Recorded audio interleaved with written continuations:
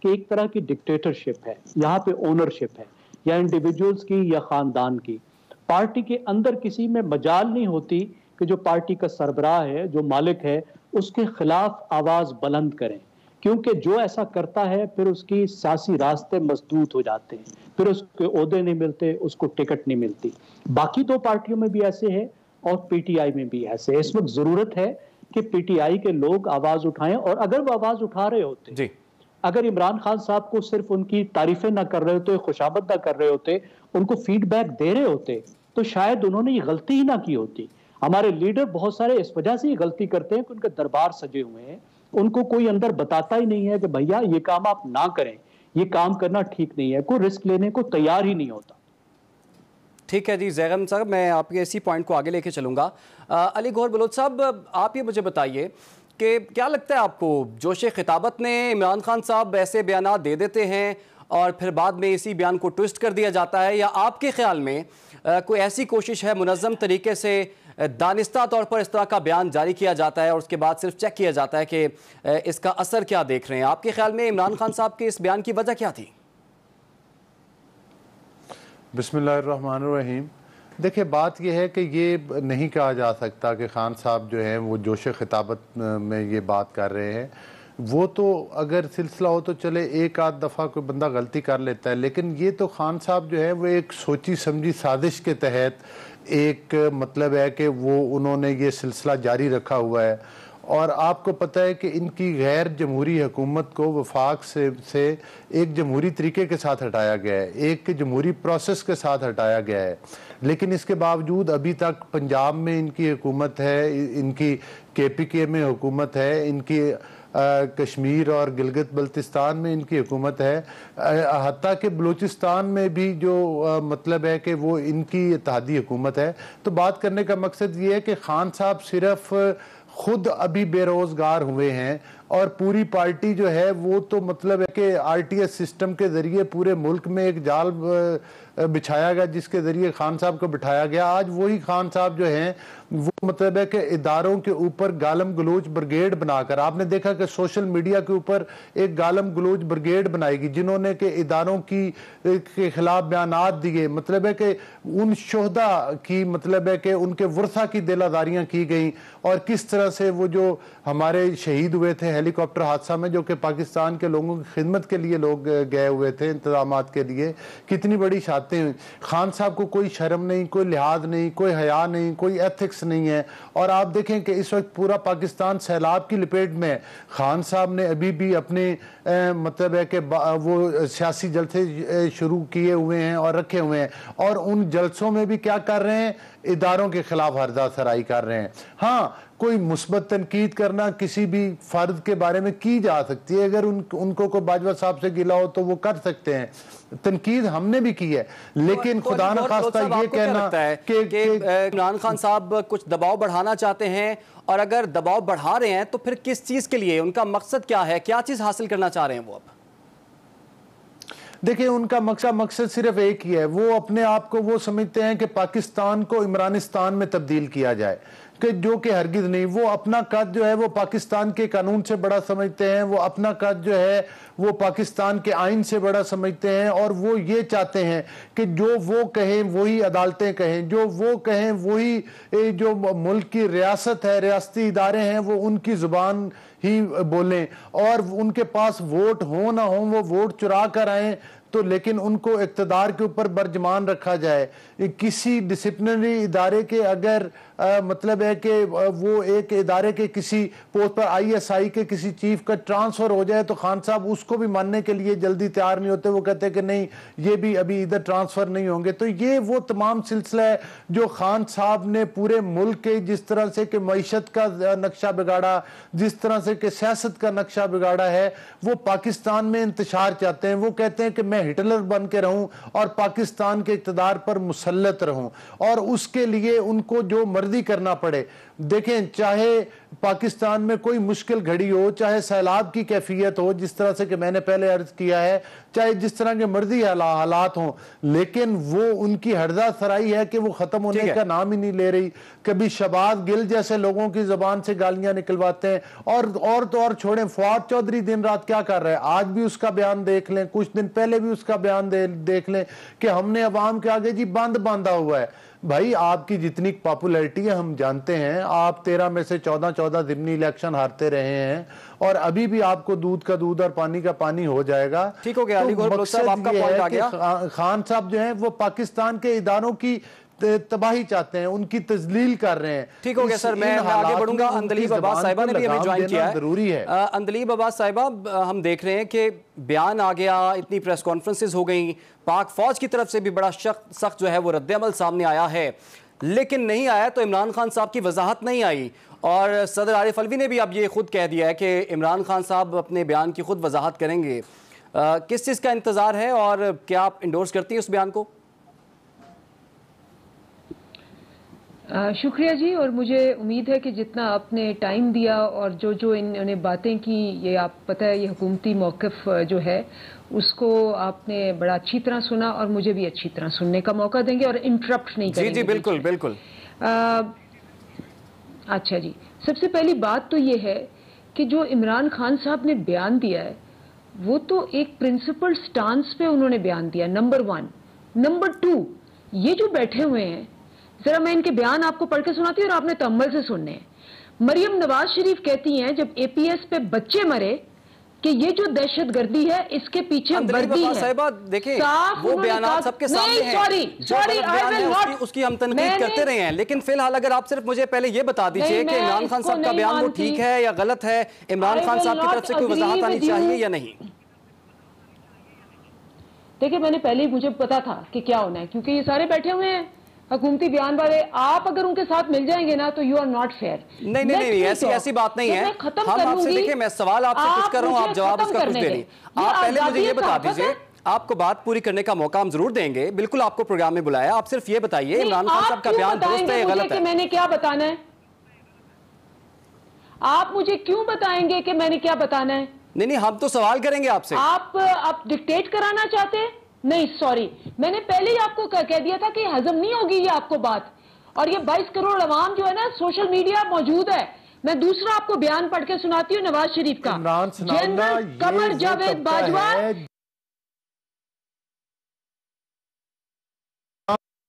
جو گند پھیلا رہا ہے، یہ محترمہ بھی اس گالم گلوچ برگیڈ کی مین ممبر ہیں، اور یہ لوگوں کے اوپر ہردہ سرائی یہ اداروں کے خلاف کرتے ہیں. یہی تو وہ لوگ ہیں جن کو آپ نے پروگرام میں بٹھایا ہے. صاحب اندلیب عباس صاحبہ کو میں چاہوں گا آپ بات کمپلیٹ کر لیں، پھر اس کے بعد آپ بات کمپلیٹ کر لیجئے گا. اندلیب صاحبہ کو اگر آپ مجھے چانس نہیں دیں گے، آپ کو بالکل چانس مل رہا ہے. جی اندلیب صاحبہ آپ بات کمپلیٹ کیجئے. میں پرنسپل طریقے سے کہہ رہی ہوں کہ ان دونوں نے جو باتیں کی میں اس پہ 100 دفعہ بیچ میں کاٹ سکتی تھی. جی آپ بات کمپلیٹ کیجئے، آپ بات کمپلیٹ کیجئے، پروگرام کو آگے بڑھاتے ہیں. جی بات کمپلیٹ کہا آپ مجھے نہ کاٹنا، میرا آپ کا 100 اختلاف ہو سکتا ہے. You as a compare can have a difference of opinion. لیکن یہ تو کہیں نہیں لکھا ہوا نا کہ آپ وہی بات کریں، وہی جواب دیں جو میں سننا چاہتا ہوں. نہیں میں وہ جواب کا نہیں کہہ رہا، میں آپ کو صرف یہ کہہ رہا ہوں کہ جو سوال کیا آپ اس پہ بات تو کر سکتی ہیں. ٹھیک ہے، سوال کرنے کا حق تو آپ مجھ سے نہیں چھین سکتے. عمران خان صاحب اگر اتنے متنازع بیانات دے سکتے ہیں تو ہمیں سوال کرنے کا حق بھی تو ہونا چاہیے نا. آپ بات اپنی کمپلیٹ کر لیں، آپ کو کوئی نہیں روکے گا، پھر اس کے بعد ہم ڈسکشن کو آگے بڑھاتے ہیں. جی بات کیجئے. دیکھیں اس میں تو کوئی شک ہی نہیں ہے نا کہ آپ میری کوئی بھی بات، ابھی میں نے شروع کیا، اب میں دوبارہ شروع کروں گی، آپ بیچ میں کاٹیں گے اور 22 کروڑ عوام دیکھیں. یہ میں نواز شریف کا بیان پڑھ رہی ہوں، جنرل قمر. ہاں تو